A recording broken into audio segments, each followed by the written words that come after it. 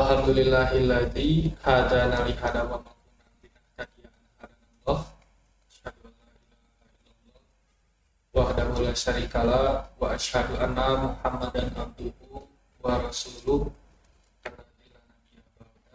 allati la nabiyya ba'da amma ba'du. Alhamdulillah, pada kesempatan kali ini kami akan menjelaskan materi pertama dari kelompok 1. Untuk pembahasan langsung saja saya akan serahkan kepada pemateri pertama, kepada Teh Adilah Latifah. Dipersilakan. Terima kasih kepada moderator. Langsung saja ke materi yang pertama, yaitu mengenal karakteristik peserta didik.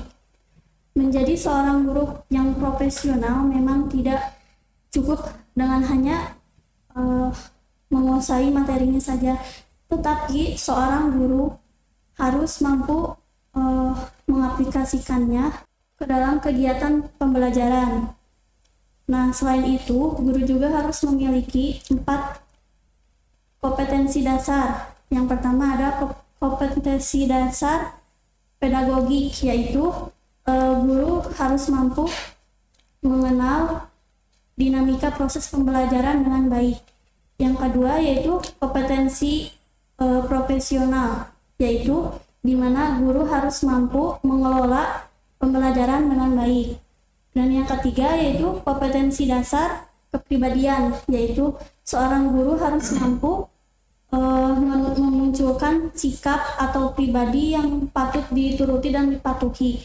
Dan yang terakhir yaitu kompetensi sosial. Seorang guru harus mampu berinteraksi dan bersosialisasi dengan peserta didiknya dengan baik. Nah, karakter di sini yaitu merupakan kelakuan atau perilaku yang dimiliki seseorang. Maka dari itu, karakter merupakan suatu sifat yang melekat pada diri seseorang, sehingga sangat sulit untuk merubah karakter seseorang. Nah, setiap orang pasti memiliki karakter yang berbeda-beda. Begitu pula dengan peserta didik. Banyak macam karakteristik yang ada pada peserta didik, diantaranya yaitu aktif, kreatif, inovatif, mandiri, pembangkang, nakal, dan masih banyak lainnya. Secara sederhana, karakteristik karakter atau kepribadian dapat dikelompokkan menjadi 3 kelompok. Nah, yang pertama yaitu kelompok anak yang mudah atau senang, yang menyenangkan. Yang kedua yaitu kelompok anak yang biasa-biasa saja. Dan yang terakhir yaitu kelompok anak yang sulit untuk beradaptasi di dalam pembelajaran ataupun dalam lingkungan sekolah. Materi selanjutnya yaitu strategi yang dapat diterapkan untuk mengenali dan memahami karakter siswa. Yang pertama yaitu pada dasarnya bagaimana siswa memahami materi pembelajaran dan mengerjakan tugas-tugasnya terkait erat dengan temperamen siswa itu sendiri. Bahkan eksplorasi cara-cara baru dalam menuntaskan tugasnya juga sangat dipengaruhi oleh karakteristik siswa. Yang kedua yaitu amati siswa selama proses pembelajaran. Nah, sebagai individu, karakter siswa dapat tampak dari cara berkomunikasinya, baik verbal ataupun non-verbal. Dari sikap siswa berinteraksi dengan teman-temannya juga dapat menunjukkan tentang karakteristiknya. Yang ketiga, komunikasi 2 arah, yaitu bagaimana siswa dapat menyampaikan apa yang ingin diketahuinya dan yang dipelajarinya melalui komunikasi yang baik kepada gurunya. Yang terakhir, menyertakan siswa pada program pengenalan diri. Karakteristik siswa dapat dipahami melalui observasi, bakat, dan minat. Bakat siswa tampak dari kemampuannya, prestasinya, bahkan tes intelijensinya. Sedangkan minat siswa tampak pada hobinya, kegiatan ekstrakurikuler yang diikutinya. Mungkin sekian yang saya sampaikan. Saya kembalikan lagi kepada moderator. Terima kasih kepada TH penjelasan atau pemaparan materinya, materi pertama. Yang kedua, ada peranan guru dalam pembimbingan peserta didik yang akan dijelaskan oleh Kang Fakhrul Fahri. Baik, terima kasih kepada moderator. Di sini saya akan menjelaskan tentang peranan guru dalam pembimbingan peserta didik. Peranan guru dalam pelaksanaan bimbingan dan konseling dapat dibedakan menjadi tugas guru dalam layanan bimbingan dalam kelas.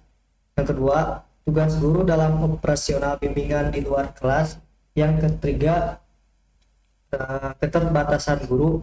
Dan yang keempat, upaya guru dalam mengoptimalkan perannya. Tapi di sini saya akan menjelaskan 2 poin saja. Poin yang pertama yaitu tugas guru dalam layanan bimbingan dalam kelas. Perilaku guru dapat mempengaruhi keberhasilan belajar. Misalnya, guru yang otoriter akan menimbulkan suasana yang tegang atau hubungan murid dan guru menjadi kaku. Oleh karena itu, guru harus dapat menerapkan fungsi bimbingan dalam proses belajar mengajar. Seorang guru dapat melakukan bimbingan di dalam kelas dengan hal-hal berikut ini. Poin yang pertama, guru sebagai pembangkit motivasi belajar. Pembangkitan motivasi belajar oleh guru dapat dilakukan secara khusus menggunakan jam pelajaran atau diselipkan sambil belajar, atau melakukan tugas-tugas, atau memberikan latihan-latihan. Nah, oleh karena itu, guru dapat memberikan motivasi kepada muridnya agar lebih giat lagi atau semangat dalam belajar. Nah, yang kedua, guru sebagai tokoh kunci dalam bimbingan. Guru memiliki hubungan erat antara murid dan guru memiliki hubungan erat dengan muridnya, karena guru banyak memiliki waktu dan kesempatan untuk memahami muridnya, mengawasi tingkah lakunya ataupun kegiatannya. Nah, karena itulah guru memiliki peranan penting dalam bimbingan. Kemudian yang ketiga, mengetahui peserta didik sebagai individu. Tugas pertama seorang guru dalam bimbingan adalah mengetahui atau lebih mengenal muridnya. Oleh karena itu, diperlukan pemahaman ataupun pengetahuan terhadap peserta didik tentang kebiasaan dalam belajar, bermain, asal-usulnya, kesehatannya, ataupun latar belakang sosial ekonominya. Kemudian poin yang kedua, tugas guru dalam operasional bimbingan di luar kelas. Tugas guru dalam operasional bimbingan di luar kelas ini mempunyai beberapa poin. Poin yang pertama, bimbingan bagi peserta didik yang sesuai tingkat kecerdasannya. Nah, ini merupakan hal yang penting dalam proses bimbingan dan konseling, karena meskipun perkembangan belajarnya normal, tetapi mereka atau peserta didik itu membutuhkan bimbingan untuk mempertahankan prestasi. Nah, oleh karena itu, tugas guru di sini adalah meningkatkan prestasi peserta didik. Kemudian poin yang kedua, melakukan kunjungan rumah. Melakukan kunjungan rumah ini termasuk pelayanan bimbingan dan konseling. Nah, fungsi dari kunjungan rumah di sini adalah membina hubungan baik antara murid dengan antara guru dengan orang tua. Kemudian yang ketiga, menyelenggarakan kelompok belajar. Nah, fungsi di sini agar membiasakan anak bergaul dengan teman-temannya bagaimana mengemukakan pendapat dan menerima pendapat dari teman yang lain. Kemudian yang terakhir, pertemuan guru dan murid. Nah, ini juga sangat penting. Nah, karena di sewaktu-waktu apabila dibutuhkan, maka guru perlu mengadakan pertemuan dari hati ke hati dengan muridnya. Mungkin cukup sekian dari saya. Saya kembalikan kepada moderator. Untuk selanjutnya, materi selanjutnya akan dijelaskan oleh Teh Salwa Ajijah. Dipersilakan kepada Teh Salwa. Baik, terima kasih. Bismillahirrahmanirrahim. Langsung saja. Di sini saya akan menjelaskan poin ketiga dan keempat, yaitu keterbatasan guru dan upaya guru dalam mengoptimalkan perannya. Poin yang ketiga, keterbatasan sebagai seorang guru. Jika melihat realita bahwa di Indonesia jumlah tenaga konselor profesional memang masih relatif terbatas, maka peran guru sebagai pembimbing tampaknya menjadi sangat penting. Berikut adalah beberapa keterbatasan guru. Yang pertama, guru tidak mungkin lagi menangani masalah-masalah peserta didik yang bermacam-macam karena guru tidak terlatih untuk melaksanakan semua tugas itu. Sebagai seorang guru tidak bisa melaksanakan tugas semua itu, tetapi guru konselor atau guru BK lah yang berhak menangani dan melaksanakan semua tugas. Terus yang kedua adalah guru juga sudah berat tugas mengajarnya sehingga tidak mungkin lagi ditambah tugas yang lebih banyak untuk memecahkan berbagai masalah peserta didik. Kemudian poin yang keempat, upaya guru dalam mengoptimalkan perannya. Upaya-upaya guru dalam mengoptimalkan perannya sebagai berikut. Yang pertama, guru harus memiliki pemahaman tentang anak yang sedang dibimbingnya. Jadi seorang guru harus memahami peserta didik, apakah peserta didik itu mempunyai masalah seperti apa. Nah, kemudian seorang guru ditelaah lagi peserta didiknya. Kemudian seorang guru tersebut mengkonsultasikan kepada guru ahli, yaitu guru BK. Terus kemudian yang kedua, guru dapat memperlakukan peserta didik sebagai individu yang unik dan memberikan kesempatan kepada peserta didik untuk belajar sesuai dengan keunikannya masing-masing. Karena sering terjadi kasus di mana guru hanya memperhatikan sebagian peserta didik yang mampu memecahkan masalah tersebut, sedangkan di sisi lain peserta didik yang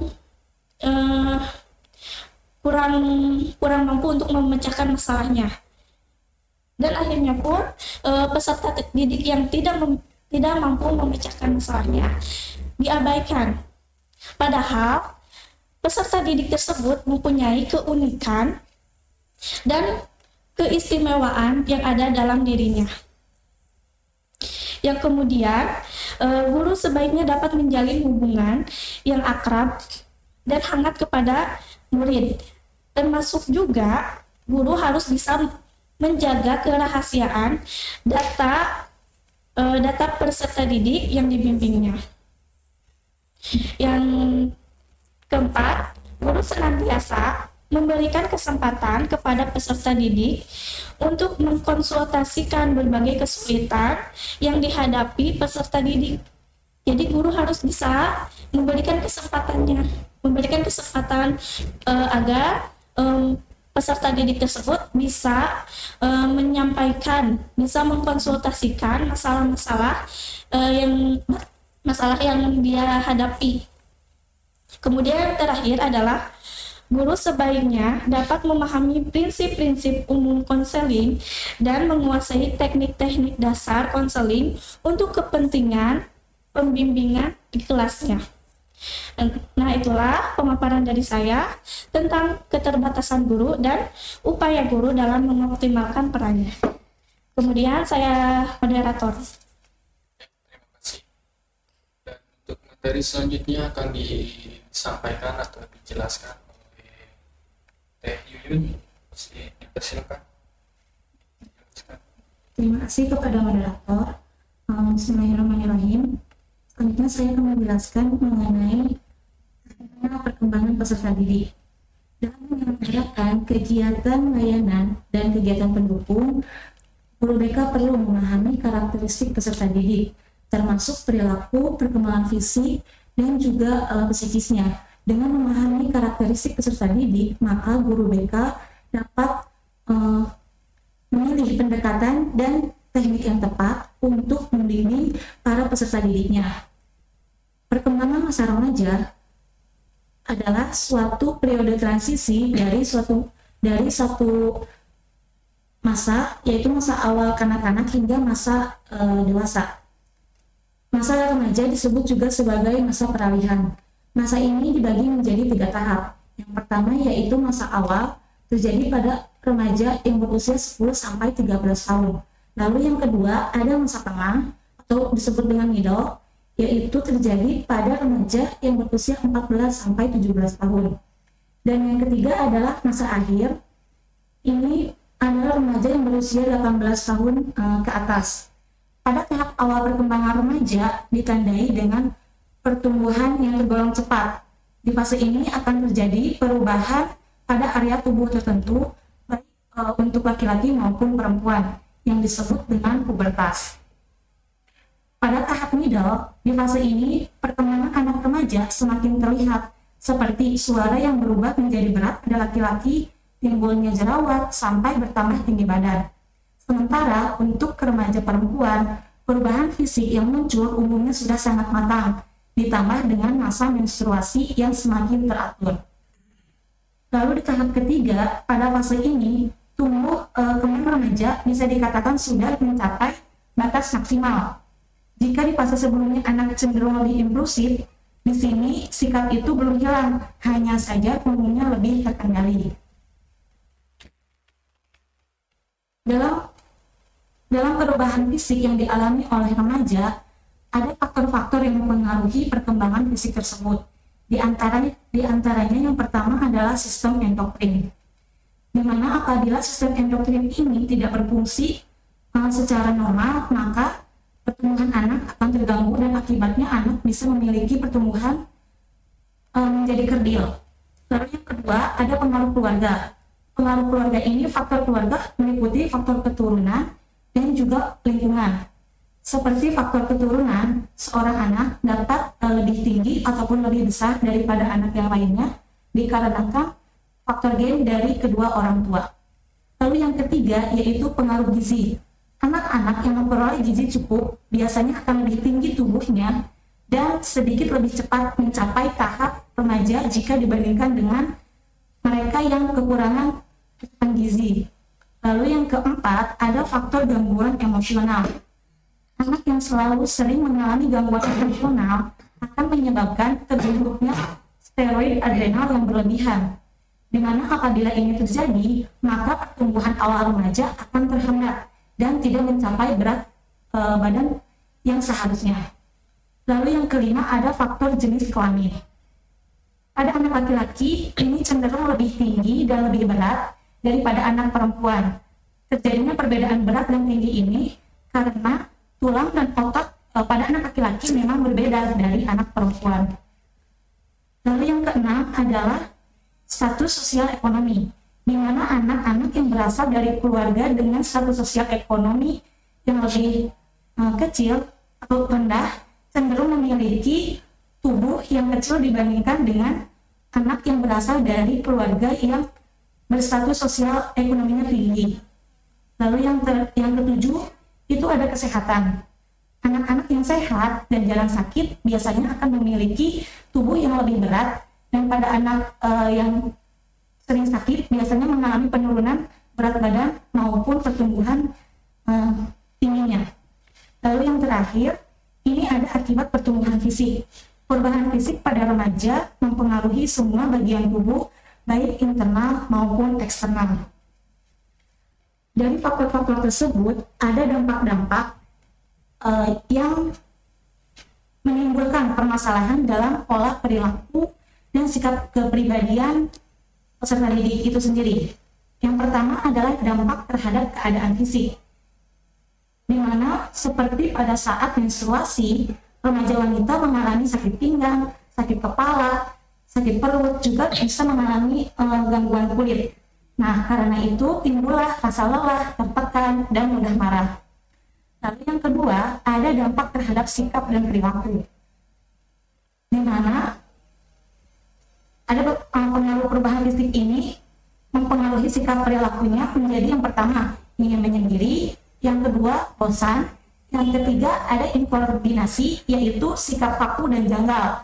Lalu yang keempat, antagonisme sosial, di mana remaja seringkali tidak mau bekerja sama, sering membantah, bermusuhan, yang ditunjukkan dengan berkomentar atau ejekan yang rendah. Lalu yang kelima, ada emosi yang meninggi, yaitu remaja akan menjadi murung, merajuk, ledakan amarah, dan kecenderungan untuk menangis.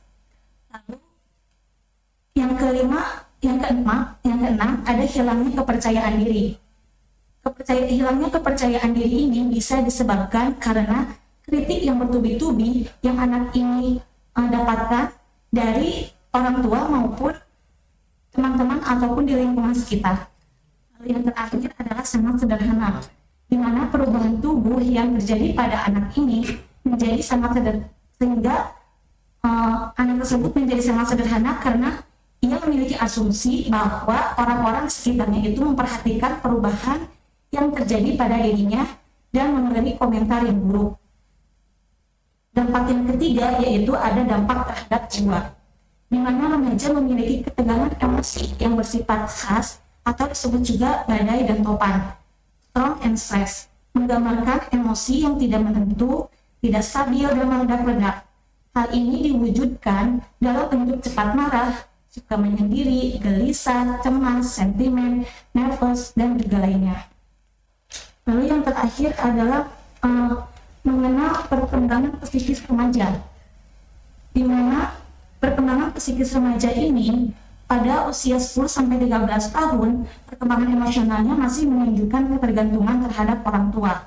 Lalu pada perkembangan sosialnya, pertemanan yang menguat dibuktikan dengan kesetiaan, peduli terhadap teman, juga ditandai dengan sisi kompetitif yang dimilikinya terhadap teman yang bukan termasuk di dalam perkumpulannya. Lalu perkembangan remaja pada usia 14-17 tahun. Untuk perkembangan emosinya, remaja ini masih tergolong naik turun, suasana hati yang berubah-ubah. Lalu perkembangan sosial, sama seperti yang telah disebutkan, anak dekat dengan teman sebaya, lebih suka melakukan atau beraktivitas dengan teman-temannya. Dan yang terakhir adalah perkembangan psikis remaja pada usia 18 tahun, di mana pada usia ini emosinya sudah berangsur-angsur menjadi lebih stabil. Lalu perkembangan sosialnya pun mulai terbentuk adanya kesadaran terhadap pentingnya kedekatan bersama keluarga. Mungkin hanya itu yang dapat saya sampaikan. Saya kembalikan kepada moderator. Terima kasih kepada Teh Yuyun yang telah memaparkan materi keempat. Dan terakhir ada faktor-faktor yang mempengaruhi perkembangan sosial. Di antaranya faktor pertama ada keluarga, di mana keluarga menjadi faktor utama atau lingkungan pertama yang memberikan pengaruh terhadap berbagai aspek perkembangan anak. Bagaimana keluarga itu bisa membentuk seorang anak agar bisa menjadi seorang yang bisa bersosialisasi dengan baik, maka faktor keluarga lah yang paling dominan dalam pengaruh besar terhadap apa yang terhadap sosialisasi dari seorang anak itu sendiri. Dan kemudian ada kematangan bersosialisasi yang memerlukan kematangan fisik dan psikis. Ya, seperti yang kita ketahui, untuk mampu mempertimbangkan dalam proses sosial, memberi dan menerima pendapat orang lain memerlukan kematangan intelektual dan emosional. Di samping itu, kemampuan berbahasa ikut pula menentukan. Untuk selanjutnya ada status sosial ekonomi. Status sosial ekonomi banyak berpengaruh dalam sosial seseorang atau seorang remaja, di mana status sosial ekonomi pengaruhnya sangat besar. Ketika seseorang mempunyai status atau derajat status sosial ekonomi yang tinggi, maka dia akan ditempatkan dalam maka dia akan lebih diperhatikan atau lebih berpengaruh. Tapi di sisi lain, status sosial ekonomi ini berdampak banyak atau sangat berdampak dalam hal buruk ya. Jadi jika seseorang sudah menjaga status sosial keluarganya, dia akan menempatkan dirinya dalam pergaulan sosial yang tidak tepat. Dan kemudian ada pendidikan, faktor yang mempengaruhi perkembangan sosial. Ada pendidikan merupakan proses sosial anak yang terarah. Hakikat pendidikan sebagai proses pengoperasian ilmu yang normatif akan memberikan warna kehidupan sosial anak di dalam masyarakat dan kehidupan mereka di masa yang akan datang. Kemudian ada mental, emosi, dan inteligensi. Kemampuan berpikir banyak mempengaruhi kemampuan belajar, memecahkan masalah, dan berbahasa. Anak yang berkemampuan intelektual tinggi akan berkemampuan berbahasa secara baik, di mana tadi dijelaskan bahwa bahasa itu menjadi salah satu modal untuk bersosialisasi dengan baik terhadap orang lain. Kemudian ada poin keempat, pengaruh perkembangan sosial terhadap tingkah laku. Dalam perkembangan sosial, remaja dapat memikirkan perihal diri dan orang lain. Pemikiran ini terwujud dalam refleksi diri yang sering mengarah ke penelitian diri, ke penilaian diri, dan kritik dari hasil pergaulannya dengan orang lain. Di sini dijelaskan, di samping itu pengaruh egosentrisme atau egosentris masih sering terlihat pada pikiran remaja. Egosentris di sini jika melihat pengertiannya, egosentris itu suatu pendapat atau pemikiran tentang kepentingan pribadi tanpa membedakan pendapat diri sendiri dengan orang lain. Pengaruh egosentrisme itu sangat besar terhadap sosialisasi seorang remaja, karena di mana seorang remaja sering bersifat egois terhadap dirinya, bersifat egois tanpa membandingkan penilaian orang lain dengan dirinya. Dia seorang remaja akan merasa penilaian orang lain itu sama dengan apa yang ia nilai tentang dirinya sendiri. Kemudian ada perbedaan individual dalam perkembangan sosial. Perbedaan individual dalam perkembangan sosial itu yaitu bergaul dengan sesama manusia atau bersosialisasi dilakukan setiap orang, baik secara individual maupun kelompok. Dilihat dari berbagai aspek, terdapat perbedaan individual manusia yang hal itu tampak juga dalam perkembangan sosialnya. Manusia hidup dalam kesatuan budaya yang utuh. Alam dan kehidupan masyarakat menyediakan segala hal yang dibutuhkan manusia, namun sesuai bakat dan minat kemampuan dan latar belakang kehidupan budayanya, maka berkembang kelompok sosial yang beraneka ragam. Jadi remaja akan mencari atau melihat apa yang ia inginkan, apa yang sama dengan apa yang ia inginkan. Nah, di sini itulah pengaruh perbedaan individual dengan dalam perkembangan sosial. Jadi seorang remaja akan terus mencari apa yang ia inginkan tanpa melihat efek yang lain. Kemudian ada upaya pengembangan hubungan sosial remaja dan implikasi dalam penyelenggaraan pendidikan.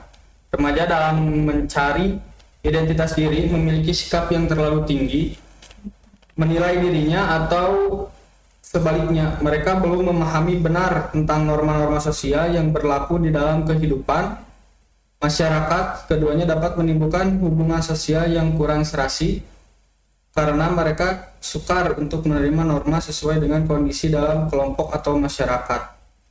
Sikap menentang dan sikap canggung dalam pergaulan akan merugikan kedua belah pihak. Kesepakatan norma kehidupan remaja yang berbeda dengan kelompok lain, mungkin kelompok remaja lain atau kelompok dewasa dan kelompok anak-anak akan menimbulkan perilaku sosial yang kurang atau tidak dapat diterima oleh umum. Tidak sedikit perilaku yang berlebihan atau overacting akan muncul. Demikian penjelasan dari kami. Mungkin untuk penutup ada sebuah kesimpulan di mana di antara untuk mengoptimalkan peranan guru, salah satunya sebagai berikut: mengenal karakteristik peserta didik, kenali temperamen siswa, kemudian amati siswa selama proses belajar, komunikasi dua arah, menyertakan siswa pada program pengenalan diri. Kemudian ada poin B, peranan guru dalam pembimbingan peserta didik, tugas guru dalam layanan bimbingan dalam kelas, tugas guru dalam operasional bimbingan di luar kelas. Mungkin sekian yang bisa kami sampaikan. Mohon maaf apabila ada banyak kesalahan atau dari pemaparan materi yang kami paparkan banyak sekali kekurangan. Kami tutup saja dengan doa. Robbana atina fid dunya hasanah wa fil akhirati hasanah wa qina adzabannar. Assalamualaikum.